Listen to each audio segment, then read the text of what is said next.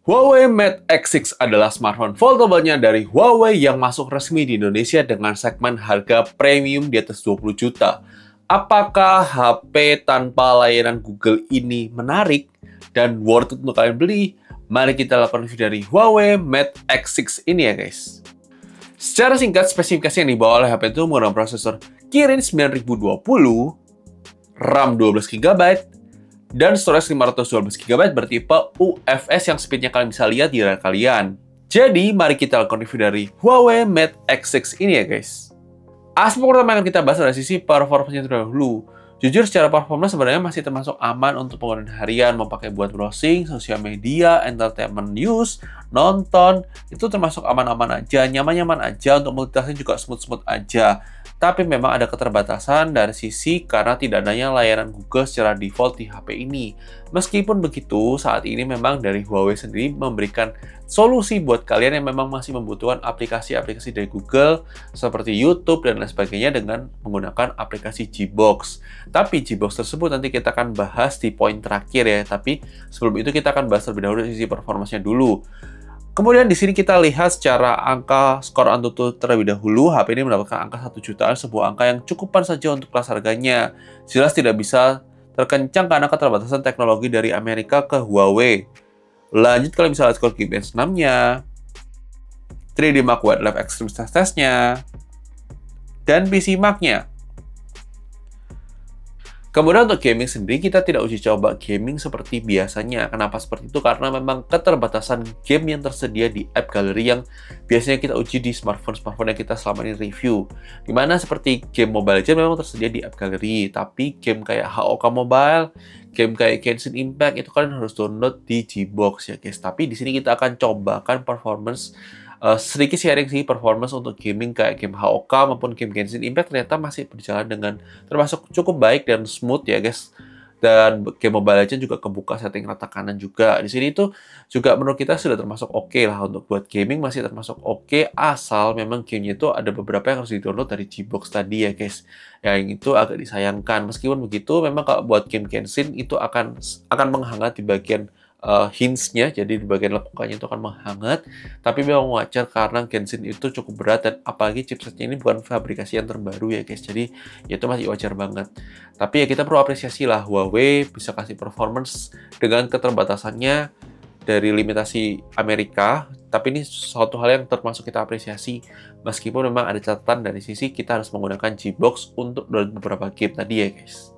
Lanjut dari sisi kamera, HP ini membawa kamera utama sebesar 50 MP plus optical image stabilization, kamera ultrawide 40 MP, kamera periskop 4 kali optical zoom 48 MP, kamera cover screen 8 MP, kamera selfie yang bagian dalam atau di unfold itu 8 MP, yang buat foto-foto sih masih cakep dan bagus. Warnanya juga bagus, dynamic range juga bagus, sangat nyaman-nyaman aja buat foto-foto. Memang dalam low light juga masih tergolong oke untuk kelas harganya. Hanya untuk perekaman video ini memang masih belum stabil ya guys untuk perekamannya. Kamera belakang bisa merekam sampai 4K 60 fps. Kamera depan juga masih oke. Cuma dalam low light memang kualitasnya kurang ya guys untuk kelas harganya. Kalian bisa lihat sampel foto dan videonya setelah ini untuk tahu kualitas dari Huawei Mate X6 ini ya guys.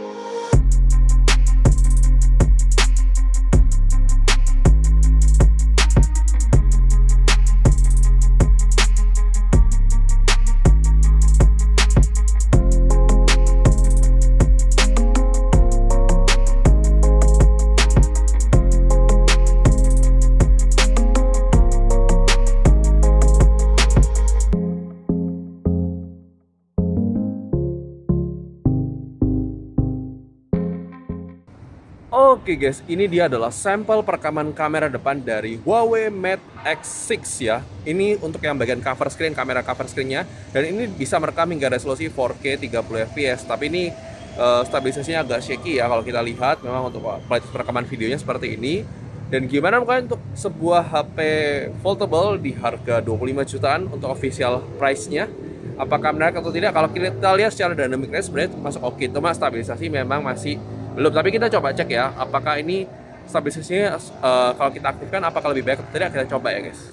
Oke guys, ini dia adalah sampel perekaman kamera depan bagian cover screen dari Huawei Mate X6. Kalau kita gunakan buat perekaman video, dia bisa merekam hingga resolusi 4K 30 fps. Gimana menurut apakah sudah sesuai ekspektasi atau tidak? Kalau kita bilang ini memang isunya dari sisi stabilisasinya untuk perekaman videonya, tapi untuk dynamic range sebenarnya sudah termasuk oke banget ya. Tapi gimana menurut kalian? Silahkan tulis di kolom komentar ya guys. Oke guys, ini dia adalah sampel perekaman kamera depan, lagi-lagi kamera depan yang untuk bagian dalamnya. Jadi bagian ketika kita unfold foldable-nya dan kita rekam di 4K 30 fps juga.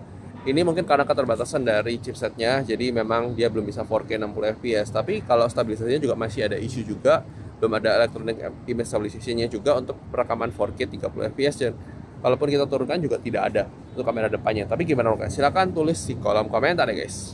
Oke guys, ini dia adalah sampel perekaman kamera belakangnya ya.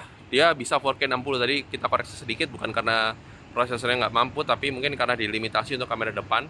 Dan ini jauh sih guys bedanya sama kamera depan ya, kamera depan cover screen maupun kamera depan yang bagian dalam. Ini kita bisa switchable lens juga ke kamera ultra wide di 4K 60 fps ini ya. Ini stabil ya kalau kita lihat untuk kamera belakangnya. Semoga sih kamera depannya bisa dapat perbaikan software ya, supaya bisa lebih oke. Kita ke sensor telefotonya, periskop 4 kalinya ya, ini termasuk oke. 1 kali, terus kita coba ini 10 kali.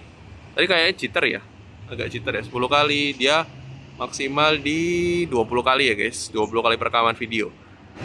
Ya kurang lebih seperti itu. Kita rekam di 4K 60 fps. Gimana mungkin? Silahkan tulis di kolom komentar ya guys. Oke guys, kali ini kita menguji coba kamera depan dari Huawei Mate X6 kalau kita gunakan buat perekaman video dalam kondisi low light ya guys. Dan ini kita yang bagian cover screen yang paling depan ya guys. Kurang lebih seperti ini untuk kualitasnya. Ya masalah stabilisasi masih menjadi isu, tapi ini kualitasnya sudah termasuk bagus. Untuk warnanya termasuk oke. Dan gimana kan? Silahkan tulis di kolom komentar. Oke, ini kalau kita coba untuk perekaman video, kalau kita unfold, jadi dibuka layarnya, jadi ini pakai kamera yang bagian dalam. Kurang lebih seperti ini untuk kualitas kamera depannya. Ya masih kurang lebih sama ya, cuma dia lebih kualitasnya lebih turun dibandingkan kamera yang paling depan cover screen. Tapi gimana mungkin, silahkan tulis di kolom komentar mengenai kualitas kamera depan bagian dalamnya ini ya guys. Oke guys, ini dia adalah sampel perekaman kamera belakangnya kalau kita gunakan buat perekaman video dalam kondisi low light. Kurang lebih seperti ini ya guys untuk kualitasnya. Apakah sudah sesuai ekspektasi atau tidak? Silahkan tulis di kolom komentar. Kalau kita bilang sih sudah termasuk oke banget untuk kamera utamanya. Kita switch ke kamera ultra wide. Ini kita rekam di 4K 30 ya guys, karena kalau 4K 60 kurang cocok kalau dalam kondisi low light ya guys. Kurang lebih seperti ini. Untuk ultra wide nya juga termasuk lumayan loh guys ini sebenarnya ultra wide nya. Kemudian ada kamera periskop 4 kali optical zoom-nya ya, kurang lebih seperti ini. Dimana jitternya masih berasa, tapi kalau kalian still masih oke banget ya. Tapi kalau kalian goyang gini ya tetap akan shaky ya guys, tetap akan ada jitter-jitternya. Kita switch kamera utama, kurang lebih seperti ini, ultra wide seperti ini. Dan gimana mungkin untuk kualitasnya? Silahkan tulis di kolom komentar ya guys untuk kondisi low light-nya. Kemudian di sisi layar, HP ini bukan layar LTPO OLED. Untuk bagian depannya itu ukurannya 6,45 inch. Kalau dibuka itu dapat 7,93 inch. Dengan resolusi layar Full HD plus refresh-nya 120Hz. Bisa nonton YouTube di aplikasi YouTube yang di-download dari Gbox di maksimal di stream 1080p 60 fps. Untuk Wi-Fi sudah L1, kalau kita buat nonton Netflix sudah pasti aman. Kemudian dia juga punya perlindungan layar dari Kunlun Glass 2 dan di bawah matahari terlihat dengan terang ya guys. Lanjut dari kualitas speaker, HP ini dibuka lewat dual speaker yang suaranya termasuk oke dan kencang. Kalian bisa dengarkan tuh sampel audio speakernya setelah ini ya guys.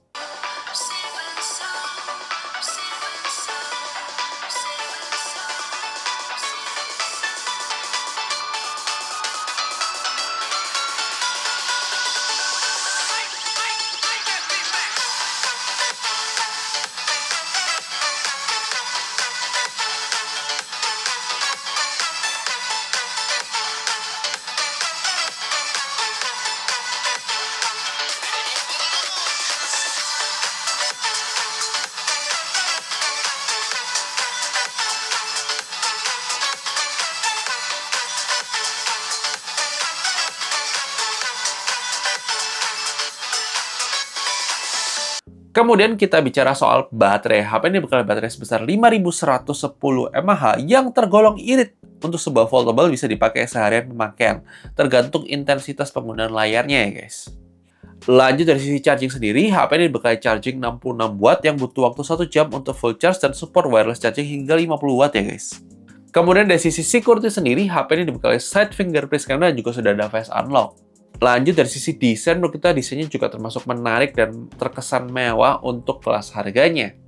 Kemudian dari slot SIM card sendiri, HP ini dibekali slot SIM card dual SIM card, tapi HP dengan harga 20 juta ini itu maksimal jaringannya hanya 4G, dia tidak bisa 5G karena batasan yang diterapkan oleh Amerika ke Huawei guys.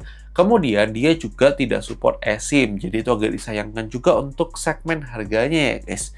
Kemudian dia juga tidak ada dukungan eSIM yang agak disayangkan untuk kelas harganya. Lanjut untuk aplikasi Zoom sendiri. Aplikasi Zoom sendiri kalian harus download dari aplikasi yang namanya Gbox tadi ya guys. Dan itu bisa support virtual background Zoom ya guys. Lanjut dari sisi fitur, HP ini sudah punya NFC, punya IP rating IPX8, support USB OTG, ada inframerah, tidak ada cek 3,5 mm, dan tidak ada aplikasi FM radio. Lanjut kita gunakan untuk navigasi di HP ini, di mana kita mencoba menggunakan navigasi menggunakan Petal Maps yang penggantinya Google Maps, yang menurut kita sih sebenarnya masih termasuk akurat untuk GPS-nya. Cuma memang untuk Maps-nya sendiri tuh memang agak kurang bagus kalau dibandingkan dengan Google Maps ya guys. Lanjut dari sisi jaminan update software sendiri, kita memang tidak mendapatkan informasi yang clear soal jaminan update software karena ini jaminannya bukan dari sisi update OS Android. Karena kalau kita lihat dari Android-nya sendiri, itu dia menggunakan Android-nya, base-nya itu Android 12 ya. Jadi sudah ketinggalan lumayan signifikan. Tapi memang kita lihat ya ada update ke security, update ke bulan Juni 2025. Meskipun begitu kalau kita cek pakai aplikasi kayak AIDA 64 ataupun dan lain sebagainya, itu masih security itu masih tahun 2021. Cuma kita nggak tahu tuh security versi Huawei-nya juga. Jadi mungkin versi MUI-nya ya guys. Tapi ya mungkin kita berharap Huawei bisa memberikan kejelasan soal jaminan update yang lebih clear soal Huawei Mate X6 ini ya guys. Lanjut dari sisi fitur AI juga, sebenarnya kalau kita lihat tuh hampir tidak ada fitur AI yang tersedia di HP ini ya guys. Yang memang karena keterbatasan tadi ya, karena hardware dan softwarenya dibatasi oleh Amerika tadi ya guys.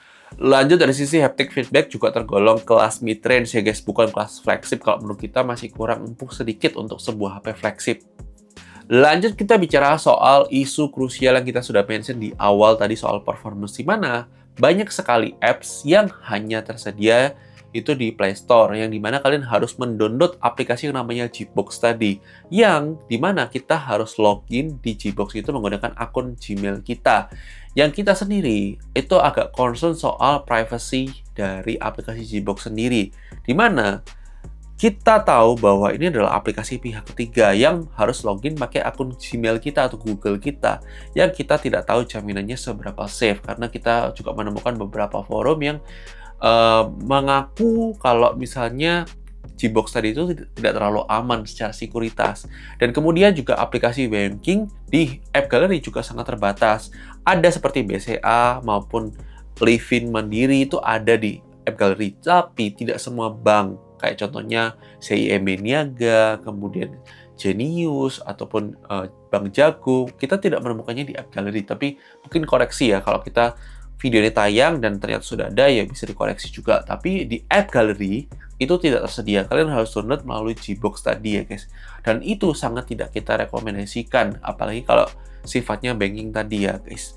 Dan itu yang menjadi pertimbangan yang menurut kita ini agak disayangkan aja.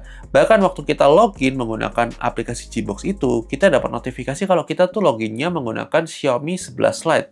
Ini agak resikonya sangat tinggi sih guys kalau menurut kita ya. Kalau kalian sudah keluar budget dengan di atas 20 juta, dan kalian ada seperti harus menggunakan Gbox tadi, menurut kita tuh agak riskan sekali. Meskipun mungkin dari Huawei mengklaimnya itu aman-aman saja, tapi kalau kita dari sisi kita sendiri, kita tuh melihat itu ada potensi yang membahayakan untuk jangka panjangnya. Kita tidak tahu resikonya ke depannya seperti apa. Kesimpulannya, menurut kita ini sebenarnya HP ini bagus. Hanya sayang dia tidak native punya layanan Google karena ban dari Amerika tadi. Meskipun memang bisa diakali menggunakan Gbox tadi, tapi kita sangat concern soal privacy, concern soal keamanan data kita ketika kita login akun Google kita di Gbox tadi ya. Oleh karena itu kita meskipun HP ini sebenarnya masih layak-layak aja untuk dibeli bagi kalian yang memang penasaran soal Huawei, tapi kita tidak bisa merekomendasikan smartphone ini untuk kalian beli karena isu banyaknya aplikasi yang tidak tersedia di App Gallery. Meskipun banyak bisa solusinya itu pakai Gbox tadi.